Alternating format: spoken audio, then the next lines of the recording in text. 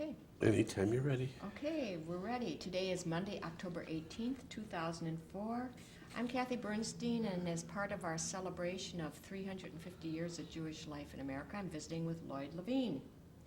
Friend, community leader, engineer, businessman, husband, father Golfer, triplets, golfer, new grandfather of grandfather of new twins, plus 3 others, Mazel Tov. Thank you, dear. The name Levin, we know what Levin means, but maybe you can tell the I don't know. camera. I don't know that there was any change in the name from on my father's side from when they came from Poland. I do know that there was one uncle who decided when he left Milwaukee and moved to Miami Beach, he changed his name to Lane, Okay. L-A-N-E, and another uncle, a brother of my father, who pronounced it Levin. And no matter how we spell it, it gets mispronounced. So I'm sure it does, because it looks like with no E, I With no tell people E. I stood in line for an E, and they ran out. I So see. Your mother's maiden name? is Grossman, and she is the eldest daughter of Frank and Sarah Grossman. And you ought to do an interview with her. I told her, and she would be willing to do that, by the way. You have a lot of Grossman material. Your Oh, Aunt Pentler Elaine, right? gave us a whole bunch of stuff. Right. So her parents, Frank and Sarah, came also to this country, were born in Russia, or in the area of Russia that is now Poland, or on that border.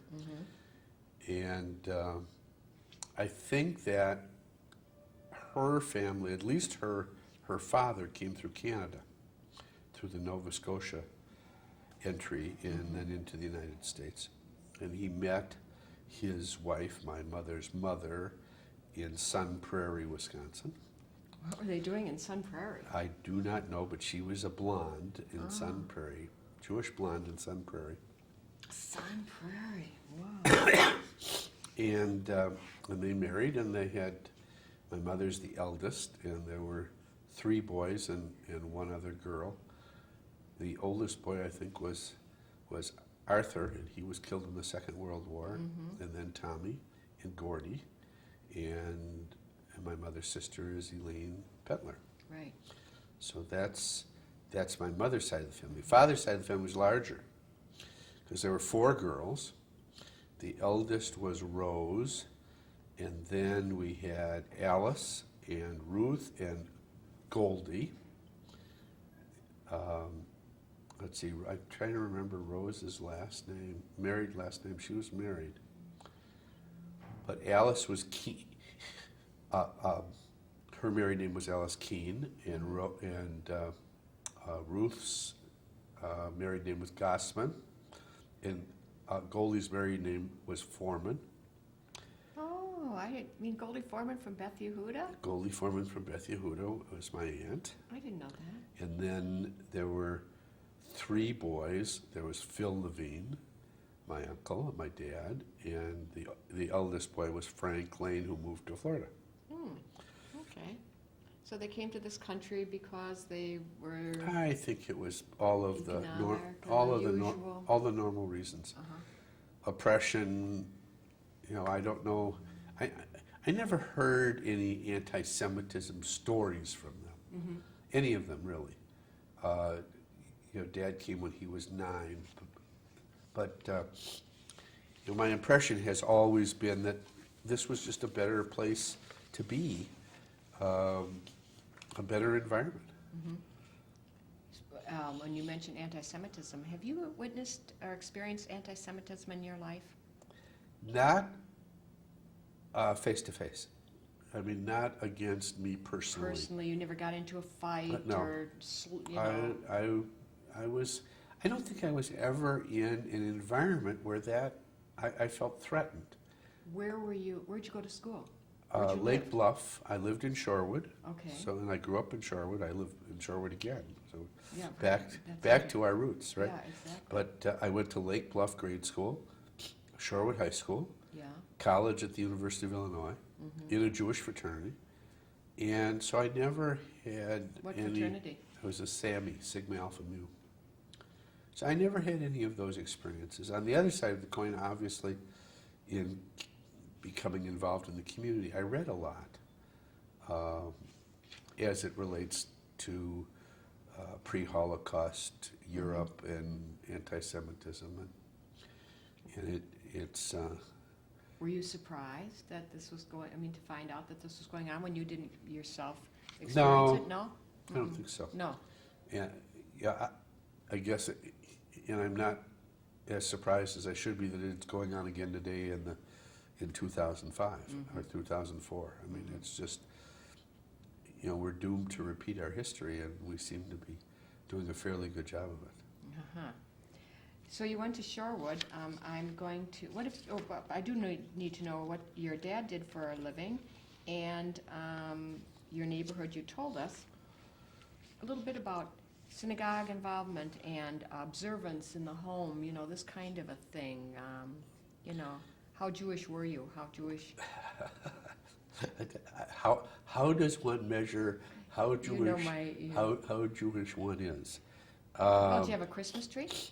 No, we didn't. We could go next door, though. We had very good friends who lived next door to us on Alpine Avenue on one side that had a Christmas tree, and I remember being taken over there when I was young. And on the other side of us, we had Marvin Klitzner, who was in the process of finding Judaism, and not only finding Judaism, but finding Orthodoxy through Rabbi David Shapiro. Right. So, but I grew up at Emmanuel, went to Sunday school, had Alfred Bader as my Hebrew teacher, preparing me for my bar mitzvah. I'd like to ask you a question about him. Somebody told me the other day that he had an interesting way of teaching, and I wondered if he did this for your class. He would create like a contract with the student at the beginning, say something like, well, what would you like kind of grade? Does that ring a bell with you or not? Well, and he augmented it by giving out to his students semi-precious stones. How precious? Both semi and precious only to the recipient. But Yeah. he was certainly one of the most dynamic Sunday school teachers at Emmanuel that they ever had. I mean, everybody wanted to be in his class, Really? or everybody, yeah. Why? What was it about him? What did He he do? was he simply loved teaching. Okay. And when a teacher loves teaching, they tend to do it well, and he did it well. Well, you're a good teacher. Sometimes, but the whole synagogue thing was really what drove, I think, my parents. I don't think I know, because my father was raised in an Orthodox environment. He was very comfortable in any stream of Judaism. He could daven in an Orthodox synagogue, in a conservative synagogue. He knew the Reform service backwards and forwards. He made extraordinarily good friends in the Reconstructionist movement in Chicago with Rabbi Ira Eisenstein and his wife Judith, and because they were involved in this thing called the B'nai B'rith Institute, which I wrote about, they had scholars like Mordecai Kaplan, Sure. who was the founder of Reconstructionism. Oh, that's very interesting, because that's how the Klitzners became, as I understand, that's what I've always learned or known, that the Klitzners became more involved because of the B'nai B'rith Institutes. And It your was parents too? Well, my parents were prime movers I see. of the B'nai B'rith Institute, and they had a list of scholars Yeah. that was absolutely incredible. I wrote about it, but it was... Why don't you say a few words so that we have it on tape about the B'nai B'rith Institute, just a very short, because I have a lot to talk to you about. The B'nai B'rith Institute was a construct of adults who decided to get together like kids, when they went to their B'nai B'rith conference every year, to get together for a long weekend every summer, bring in a scholar in residence, and the entire goal was Jewish learning. And it was held at various places around Wisconsin. Camp Shy, the most recent, but it was held up north at, I think it was held at Deer Park Lodge, it was held in Oconomowoc, at Siebkins or Schwartz's. And the list of scholars that they had was incredible. I mean, Abraham Joshua Heschel. How long did it last? Do you have any idea? It's still going on. Oh, it is? It started in the 40s, in the late 40s or 50s, and it still exists. And my mother, goes every year. Oh, I didn't know Thank that. God she's still alive. And they had people like Heschel and Schulweis and Eisenstein and David Polish from Chicago and Jacobovitz, Did you go? the London rabbi. I went twice, I think. And why didn't you go more? Were you beyond, did you move beyond it? And I don't, Yeah, it got to a point where I wanted stuff in more depth, Right. and yeah, I think that I would have been happy with it as an adult when my parents started to go, because I'm going to guess that my father wanted out of it the same kind of stuff I would have wanted out of it, in depth, Judaically challenging. And we were able to get that. Sherry and I were able to get that on a continuous basis because of our intense involvement in the national stuff in the country. So we didn't get to stay in Wisconsin to get it. right. Yitz Greenberg, who became a dear friend, was a scholar, Yitz and Blue, at the B'nai B'rith Institute. Oh, interesting. I didn't know But that. they, we have a relationship with them on a different plane, Yeah, right. but all for the same purpose. In any event, the institutes, excuse me, still go on. The synagogue stuff, which you started to ask about, was really, I think, what made my parents tick, especially Dad. I mean, he was very active in synagogue life across the board, in Jewish education. He was one of the refounders of the East Side Hebrew School in that churchy building on Oakland Avenue, which still, the building still exists. Right. East Side Hebrew School doesn't. He was one of the original founders of Shalom, which was created to have a place for Rabbi Harry Pastor, who was an assistant at Emmanuel and then stayed in the community. When Emmanuel... Why was there that split? Because the old Emmanuel, the Hirschberg Rabbi Baron Emmanuel, was not nearly traditional enough for my father and a whole group of other people. So they created Shalom to be more traditional. Eventually, Emmanuel hired Herb Friedman, who was my bar mitzvah rabbi. And my parents decided that they wanted to go back to Emmanuel because Friedman was so dynamic. Yes, I understand he was. He was an ultimate orator, and very bright and very challenging. I mean, in Sunday school, which was on Saturday, we used to go to class in the morning, and at 10:30 we were dragged down into the synagogue with everybody else celebrating Shabbat morning services. So we got the benefit of all of Herb's sermons. Right, and he was good. He was really good. That's what I understand. Yeah, so... And tell what happened to him? He eventually, I don't think he was in Milwaukee for more than 2 to 3 years. He eventually became the executive director, the executive vice president of the United Jewish Appeal, at which point our paths crossed yet again, because there was created by something called the Young Leadership Cabinet, which we'll probably talk about. Right, we will. There was a Washington conference created some 20 years ago, and at the first Washington conference, I got to introduce Oh, Herb Friedman, that was my fun. bar mitzvah Your rabbi. bar mitzvah rabbi. That's Right, cute. so that doesn't happen very often. No, it doesn't.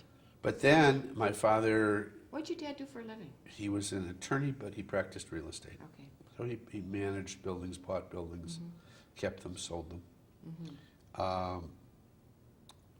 He also, because of his admiration for Rabbi David Shapiro, he also worked with Alfred Bader and Max Carl and rebuilt Congregation on Sfard, the building on 51st Street, so that there was a decent synagogue for Rabbi Shapiro to. Right. He was in kind of like at a bad place in life, wasn't he? Before that happened. Yeah, he was having a tough time, and my mother used to go shopping with the two daughters, Eilert and I'm trying to remember the sister, Dina, I think. Dina and Dina, Eilert. yes, Dina, I know. And Dina and Eilert, and helped them buy clothes. What was the problem? Why was Rabbi Shapiro having? I mean, He was he was. What was the issue there? I don't remember.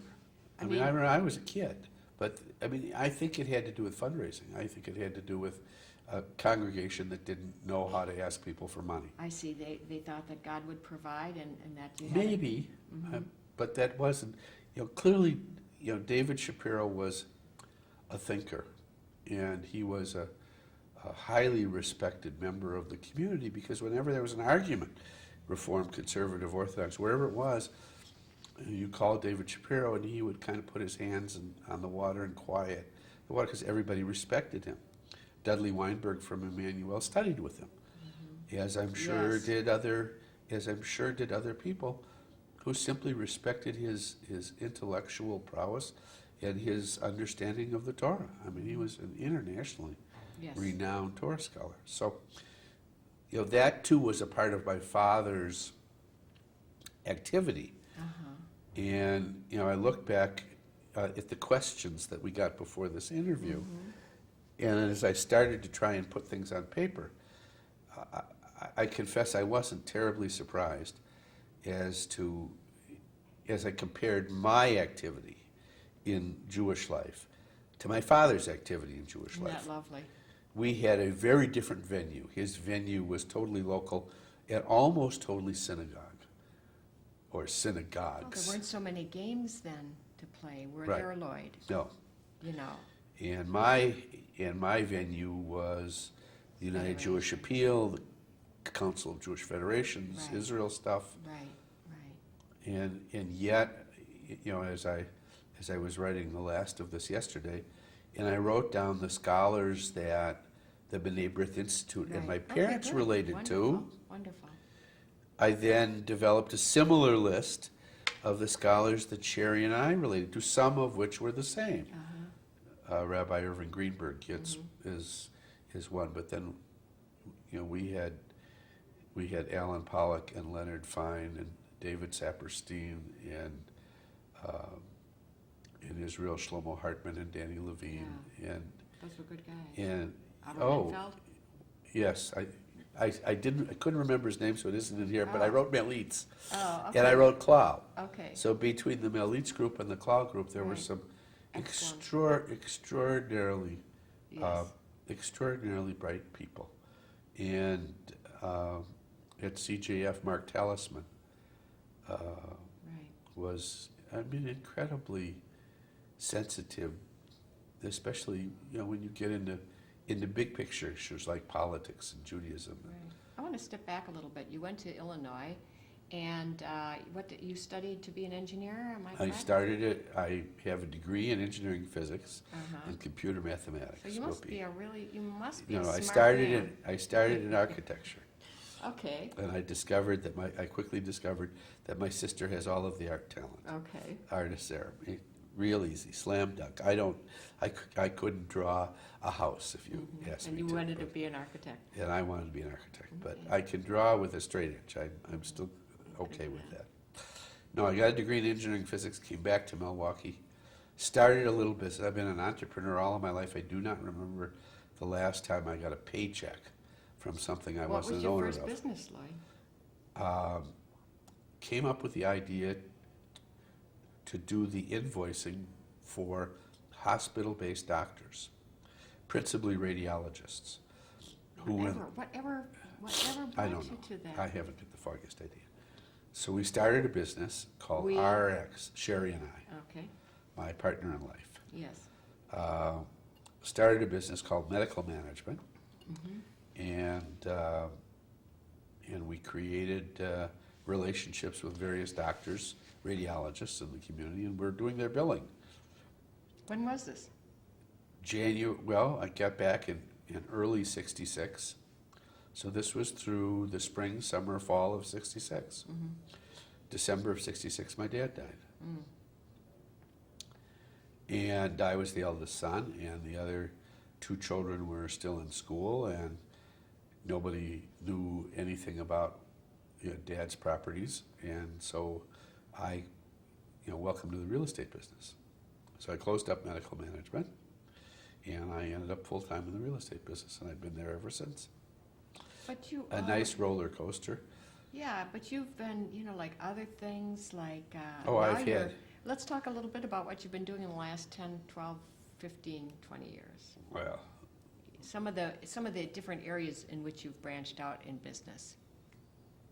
mostly it's all somehow related to real estate. Okay.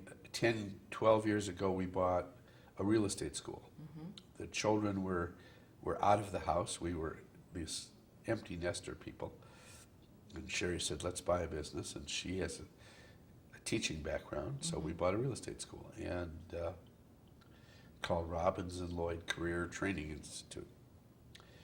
And in 1993, I started a mortgage company because a friend of mine in Chicago said, all the real estate people, you ought to start a mortgage company. So I started a mortgage company. And today I have a partner in the mortgage company.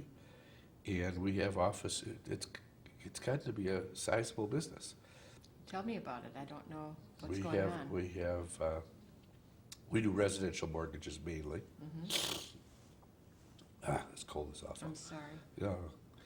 And we have an office here, we have an office in Chicago, we have an office in New York, we have an office in Las Vegas, and we've just opened up an office in Denver. We're in the process of opening up an office in Denver, Colorado. Now, So if I'm not mistaken, your boys are involved with my your boy- business. No, well, not quite. I Not yet. see. Not quite, not yet. Okay, what does that The mean? boys, our son Jeffrey went to college at American University in Washington, D.C. Mm-hmm. The year he graduated college, there were no jobs at all in the marketplace. Mm-hmm. So he stood in the lobby of a mortgage company until the owner would see him. And he told the owner, hire me, teach me what we do here, and I'll be your number one guy. 90 days later, he was. He was hired and he was. 90, or well, no, he was hired. He was hired quickly, but 90 days later, he was the highest producer in the office. I wonder where. And for 2 years, he stayed in the same business with this guy in Washington. And then he decided, well, maybe I should open up my own office. So he did, and today Adam and Jeffrey are partners in their own mortgage business, I see. not related to mine, Okay. in Washington, D.C. Oh, The end game, Adam is married, Jeffrey is engaged. Adam is Right. married to Lori Flax right. from Chicago. You were there. I was. And they have now twin. They Boy and have girl. they have a boy and a girl that And are just a tad less than 2 weeks old, Right. and they're home and everybody's well. And Jeffrey is engaged to be married August 19th in your calendar in Winnipeg, Canada. Wonderful. Be there. And so we will. It appears we'll be 3 for 3, and have Jewish grandchildren. Have all Jewish grandchildren. Right. And your daughter That's Jody. incredibly lucky. Yes, it is. Jody. And she's married to Paul Copland in Highland Park, and they have 2 girls and a boy, Yes, darling. 6.5, 4.5, and 2.5. Darling. And everybody's well. So we're Baruch Hashem. we're incredibly You're incredibly very fortunate. lucky. Yes, yes, yes, and yes. Let's talk about your involvement in agencies here. How did you get involved? Who made the call and said, Lloyd, I'm Joe Blow and I'd like you? Who made that first call to you? How did that happen for you? Who was the caller, and who has been Well, your mentor? there are two callers. Okay. The first time I got involved in a program, it was a young leader, a men's, Yeah. young leadership Yeah. program. Mark Pollock called me and said, Lloyd, I'm chairing this. Will Mark you-" Pollock. Mark Pollock, right. Called me and said, I'm chairing this, will you come? And I said, okay, I'll come. Why not? One night a month, I could handle that. And the program was what you and I would call today community facility orientation. So here's the center, and here's how it works, and here's the Jewish Family Service, and here's how it's working, here's the Home for the Aged, and here's how this works. And a statement was made, if there are any of these boards you'd like to be on, let us know, and we'll be happy to put you there. You had to go through a year of learning Right. and stuff. Right. And so I said, the old home might be nice. It was something my grandparents cared about. And so I got on the board of directors of the old home during the period of time when it was leaving the west side location and coming to the current east side location. Right. And I think the executive director was a guy by the name of Ben Lane. And Nate Rakita was really active, and some other people were really active, and I kind of hung around, and it was interesting. And I remember going to St. Louis to help pick out furniture for the new building. And that was one of the things. And then our mutual friend Melvin Zarrett decided, in his inimitable wisdom, that Jewish education was a place that needed involvement of some younger people. And so I said, okay, I'll go there. And it was interesting because it was not the formal Jewish education. It was trying to figure out how to train teachers and how to get the Sunday schools, who were delivering the majority of Jewish education, to deliver it at a higher qualitative level. And there was one day school. This was before the Milwaukee Jewish Day School. There was Hillel Academy. Right. And it was struggling. We went through a difficult time trying to decide whether to purchase a building on Port Washington Road, which would become eventually a campus for Jewish education and the day school. Where was the board? Was it on Oakland then, or? I don't remember where our meetings were. But Hillel was on, I think, on Good Hope. Good Hope Road, 42nd or 43rd or something, yeah. Right. So, I stayed there through all of that, and Did you become, didn't you become president, were you president of board, BJE? I was the president of BJE in the early 80s. Along with now, we have a parallel time frame, because after this young leadership stuff, Yes. in the early 70s, we went to this conference in Chicago. Two guys came to Milwaukee and said, we're having this young leadership conference, and there's a rabbi speaker and two professors, and you all ought to come. So I said to Sherry, why don't we go to this? And she was used to traveling because she came from Green Bay and she had to go to B'nai B'rith stuff all over Wisconsin. She said, okay, we'll go. Pitt Congress Hotel, I'll never forget it. And there were three speakers. One was a rabbi that I wanted Sherry to hear because the rabbi was Herb Friedman. And I don't know that he had one of his on nights, but even in his off nights, he was awfully good. And then there were two professors. One was Leonard Fine, and the other was Alan Pollock. And Alan Pollock said, there's this issue out there called Soviet Jewry, and this is the early 70s, and we need to get involved because there are 2.5 million or 3 million Jews in the Soviet Union that can't get out. Right. So that was the first of that was the first time that that particular flag was waved in terms of my view of the horizon. There were these people at this conference in Chicago that were talking about this trip that they had taken called the Young Leadership Mission. They went to Israel, and they were getting together, and it looked like they were having a lot of fun talking about this trip. And so I said to Sherry, "Why don't we go on a vacation? We'll do that. Yeah, we'll do that. Why don't we do that?" So in the spring of 1972, we went to LaGuardia Airport, got on a plane, and went to Israel for 2 weeks. And You hadn't been? we had not been, right? And we prepared ourselves while we were there to answer the question when we got home, which was, "So how was it?" I took 900 slides. Yeah, I know. I've seen your slides. However, the answer to the question of how was it was one sentence.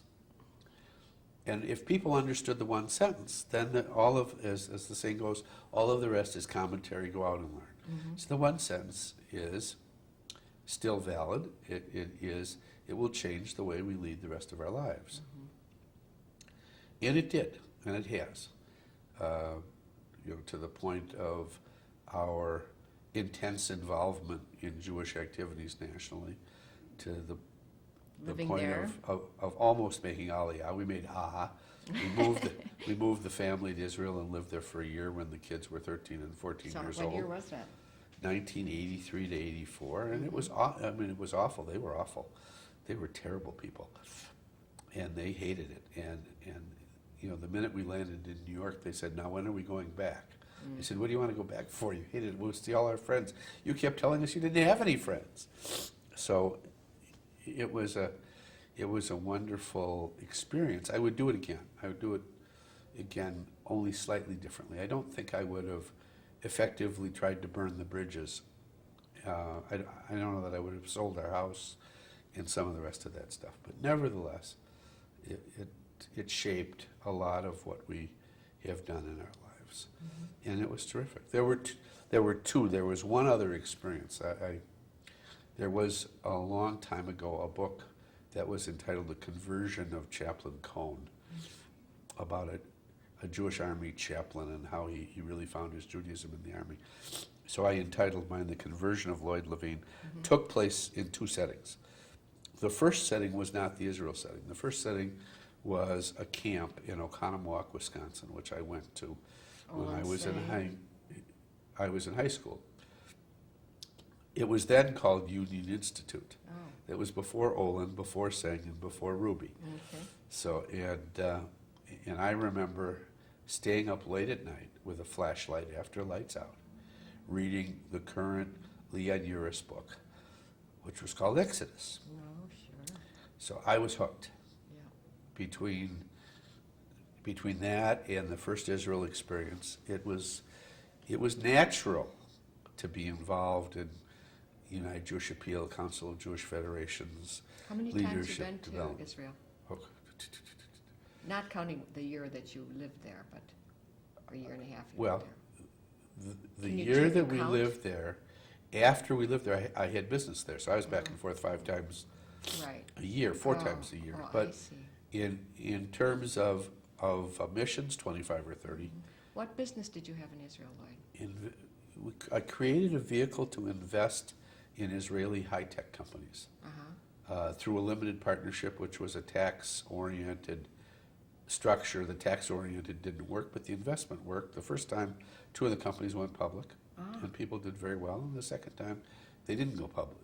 Nobody went public, so people didn't do as well. But it was an interesting thing, and I don't know if I'd have kept doing it if it would have been totally successful or not. But Why? I don't know. No. I mean, I don't know if I would have been able, not living there, to find the companies to invest in. That made a lot of difference. You've referred a couple times to your national groups, but I want to go back to the Federation. You were very active in Federation campaign and probably training, I don't know, and committees and so on and so forth, but Mel Zarrett always talks about that you were like in the forefront of young leadership, creating a better model and so on and so forth, and you must have done enough good stuff to have been the recipient of the Ben Nickel Leadership Award in 1979. So what did you do to deserve that award besides being cute? I showed up. Not, There's, yeah. not because it's voted on, you know, and you know Yeah, that. no, What was it? I showed up. No, there's a great story. There's a Mel Zarrett story that goes with it. I remember he called me one night, and he said, "Lloyd, I want to make sure you're at this meeting tonight. There's some very important issues." I said, "Mel, I was at a meeting last night and the night before. This one I'm going to skip." He said to me, "No, Lloyd, I really need you to be there." I said, I finally gave in. I said, "Mel, if you think it's that important, I'll be there. I'll see you at 7 o'clock. He said, "No, I won't be there." I said, "Wait a minute, you just banged me over the head that I have to go to this meeting and you're not coming." He said, "Lloyd, you're the lay leader. I'm only the professional." But what did I do? What did you do? I was in the right place at the right time. I was, because of the Young Leadership Cabinet, I was exposed to solicitor training very early.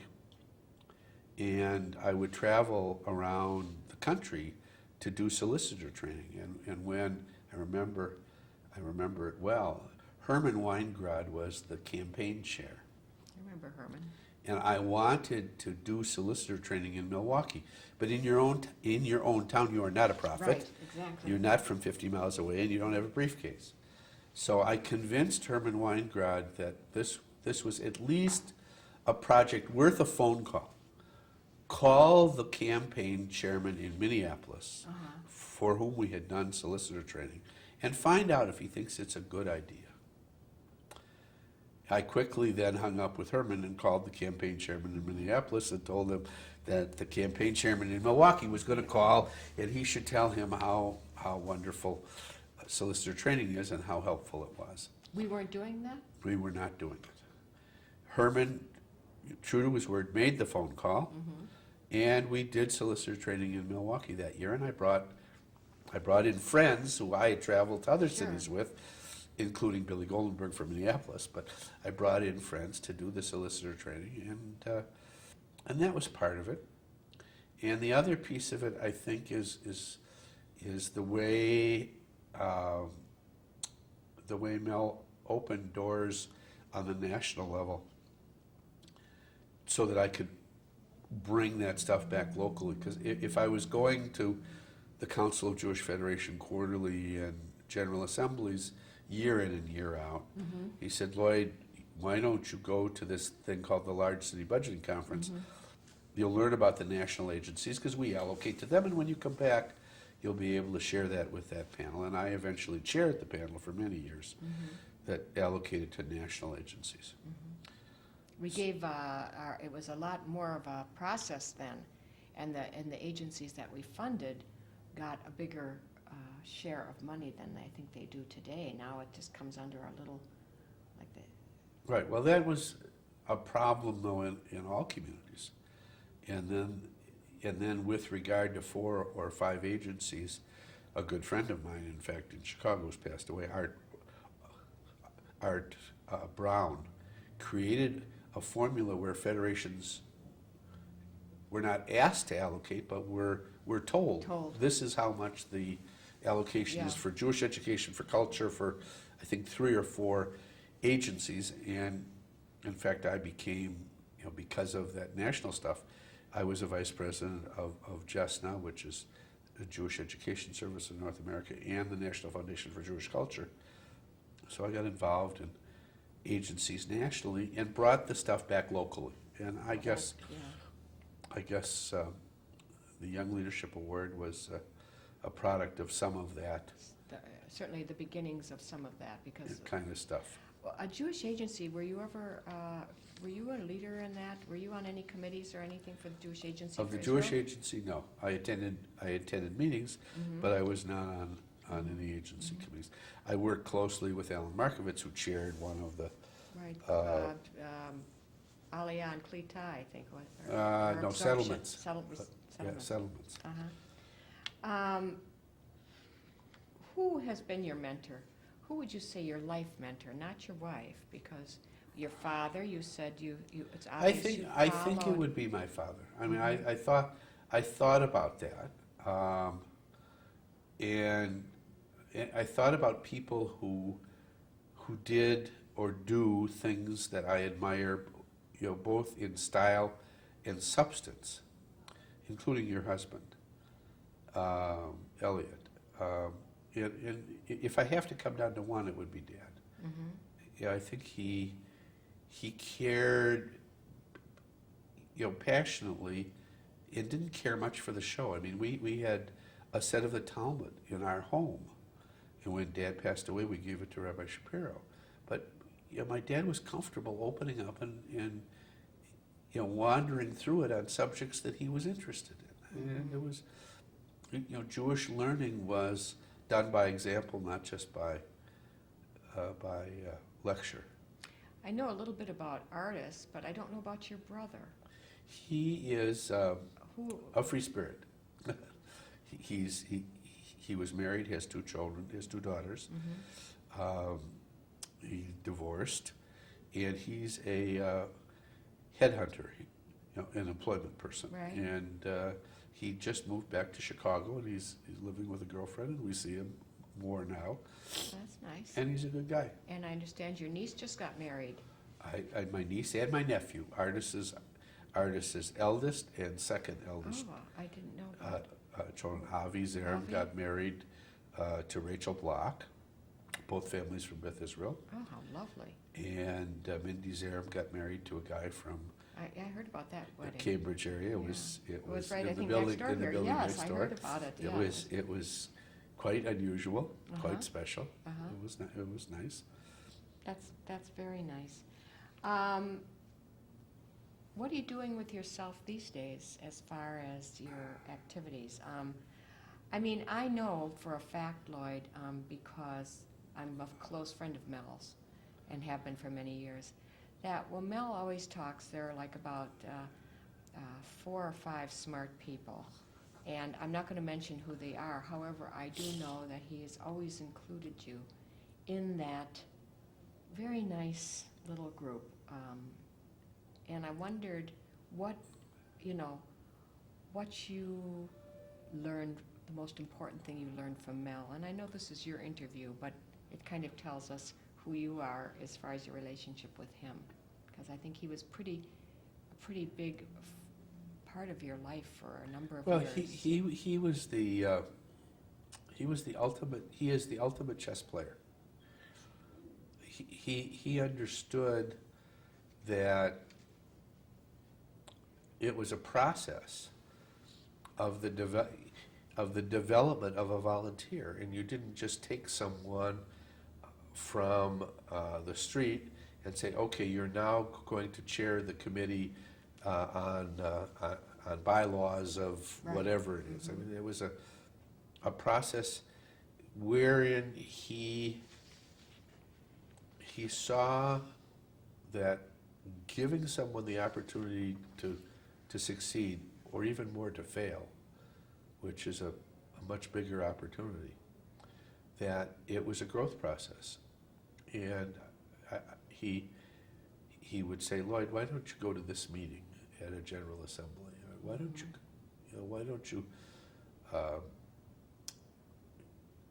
you get on this board? The only board I wasn't on, which I regret, would have been the Family Service Board, because I have here you were on a lot of things. because Ralph Sherman, of blessed memory, was such a nice guy. And it would have been a really neat board to be on, because family service is kind of hands-on good stuff. But I was on the Center Board and the Home Board and this board and that board in Jewish education. I'm not incomplete. I mean, the harder question is, what do I do now? And I think, I don't know that I am totally burnt out. That probably isn't accurate. I just don't have patience for process anymore.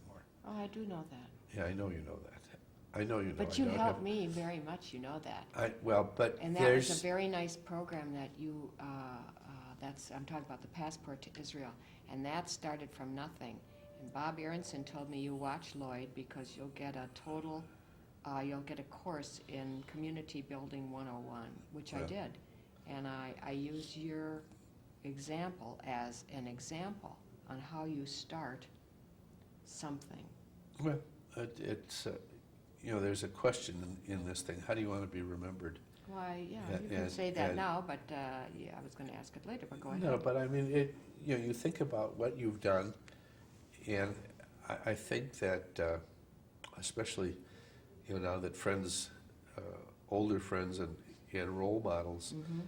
are no longer around and you remember the things that they did or what was said at their funerals,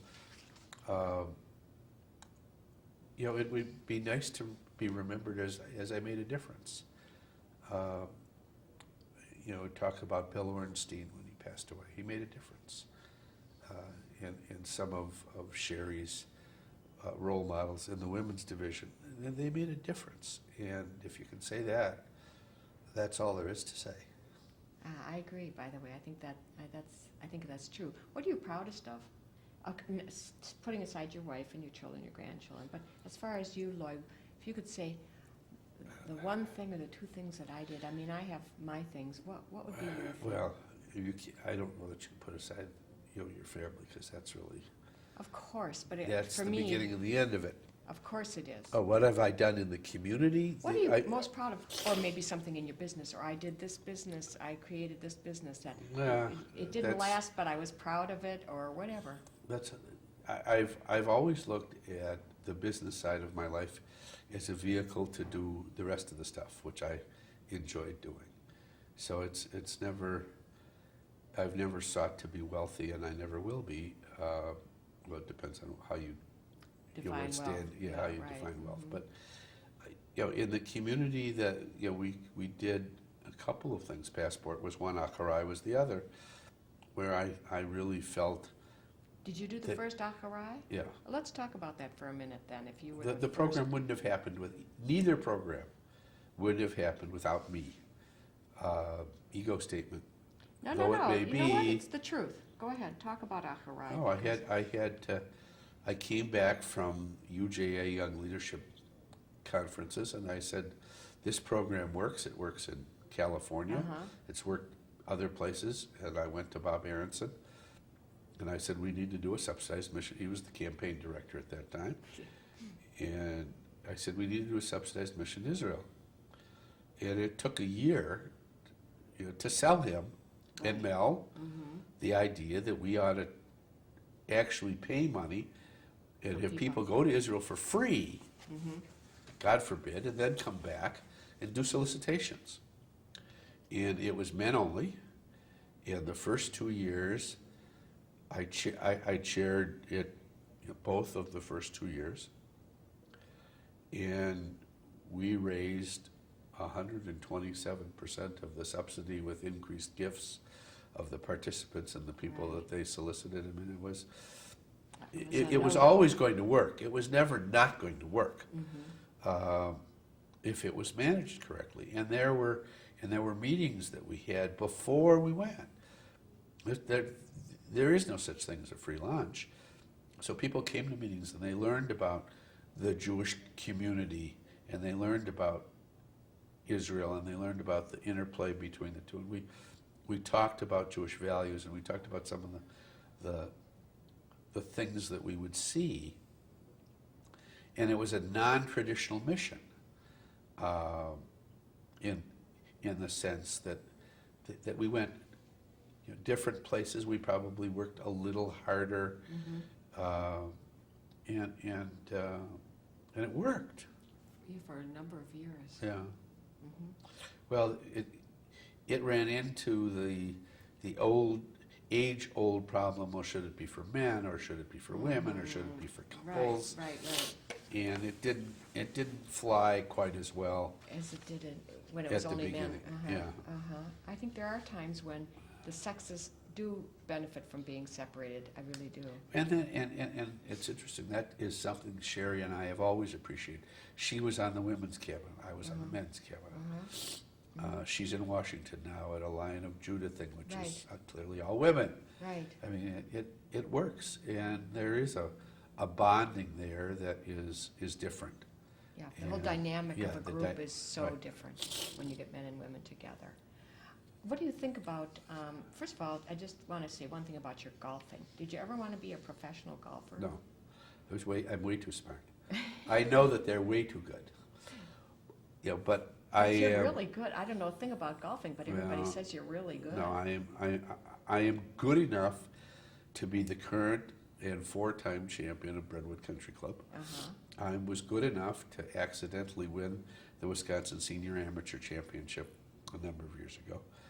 And it's something I hope to do all my life. So I'm lucky that I picked a sport that I can carry into my old age or middle age or whatever it is it's going to be. So I'm lucky that I happen to be relatively good at it. So I thought you were. it's nice to be good at something. I thought it's always nice to be good at something. What do you think that? What do you think about what's going on in Israel? And I'd love your opinion on the wall, if I could. In the wall, you have to put this in context. For this, is not the hotel. Yes, Yeah, right. right. In the year 2004, Right. talking about the barrier wall in Israel, and I wondered what your opinion is. I've heard different opinions, and I like to ask a question like this because it puts us where we are today. Things are going on. This is a tough time we're in right now before the election. And it's probably going to be more difficult. Why do you think? Tell me what you think. In this country, we do not understand the mentality of people who are willing to be martyrs. And I don't know how you fight terrorism without understanding that mentality. In Israel, there is an understanding of that mentality. And although historically, American Jews would have more naturally been comfortable with a liberal party or the Labor Party. We are, 60% composed of Democrats as contrasted with Republicans in America. Today there is no Liberal Party agenda or Liberal Party leader in Israel. There is no Peres, there is no Rabin. And so the political spectrum moves from center-right to far-right. But there's nothing in the center, and there's absolutely nothing on the left. So Sharon is a practical, I think, a practical leader, and he doesn't see that there are any current choices because there's nobody to negotiate with. So if you don't have a partner to stop violence, then you have to stop violence on your own. And that's the whole purpose of this barrier between Israel and the West Bank or Palestinian areas. And it has done quite successfully what it was supposed to do, not totally successfully, but it stopped suicide bombers from crossing those barriers into Israel to the tune of a 60 to 70% reduction in that senseless process of killing. And the current news yesterday, day before, is there's going to be a big argument with the settlers who in the Gaza Strip. They're going to pay them a lot of money. Well, we paid a lot of money to the settlers in Yamit when we tore the town down, and we're going to do it again.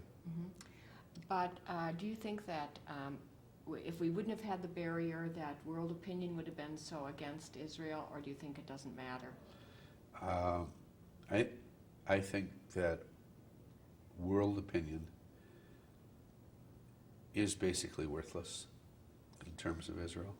I don't think that the world will applaud anything Israel does short of committing suicide. So in other words, you're saying the world doesn't love the Jews, or the world doesn't love Israel? The world still doesn't love the Jews, I, and the world still doesn't love Israel. mhm. And there are a few leaders who understand, but very few. This election is an interesting election Oh, yeah.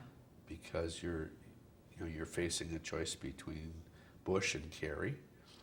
It's very, very difficult to find an American president that has been more overtly supportive of Israel than George Bush. Is that enough to vote for him? Or is all of the rest of the stuff that's going on, including the kids that we lose in Iraq day in and day out, enough to want to change leadership? Mm-hmm. Tough question. Yeah, it is. I'm still undecided. Are you? Yep, You're one of those undecided Wisconsin voters. I sure am. Interesting. Do you have any regrets? That's one of No. my questions. Don't have any regrets. The one thing that I wanted to make sure we didn't regret was this: could we live in Israel? Question. We were so Yes. active Uh-huh. and so involved and trained and solicited and traveled and visited, and, that we asked ourselves, I did particularly, more so than Sherry, I think, asked ourselves, is this country that we care so much about only for refugees from oppressed lands? Right. And we, so a part of the reason for moving there is to be able to give you in 2004 in October an answer to the question, no, I don't regret that there's something I wanted to do and didn't do. That's great. Good Yeah. for you. Is there anything you wanted to bring up, Lloyd? I know you had a lot of materials, and we have about 3 minutes left. If there was something I you don't wanted to say. think you've missed any bases, but then you don't. Oh, I do. We want to talked say about that. all of the stuff that was on that outline. I didn't ask you the question that, Are you connected to Israel? That's no, obvious. no, but I do have one last question. Do we have time for a few minutes? Lloyd, I'm interested in what you think, when you started out in the community, we had probably half as many agencies as we do today. And I'm wondering what you think about, it's not on the list, but what you think about our Jewish community and its future. There's a lot of vying for communal dollars here and leadership. I'm sure you get every day somebody wants some money from you. What do you think? Is this good? Are the weak going to go by the way as they have in the past? They say old Jewish organizations don't die; they just change their names or something. Well, I think that we're facing a lot of that.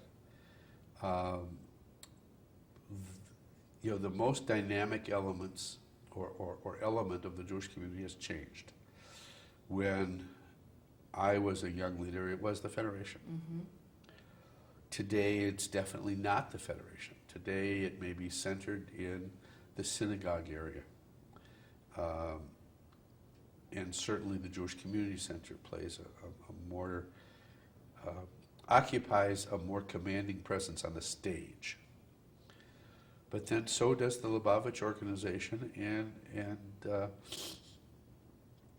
I don't see it as it's a competition for dollars. There's no question, and yes, I'm solicited by everybody. It's also a competition for the value of service rendered. And I think that the wise, understanding community sees that we still require the services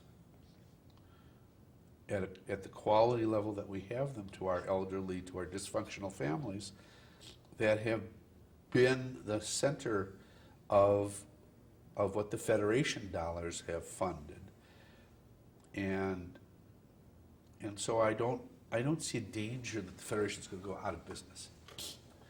I do think, however, that we're going to need to look at how to endow the contributions of leaders who care and who want very much for the process that they help create to continue. And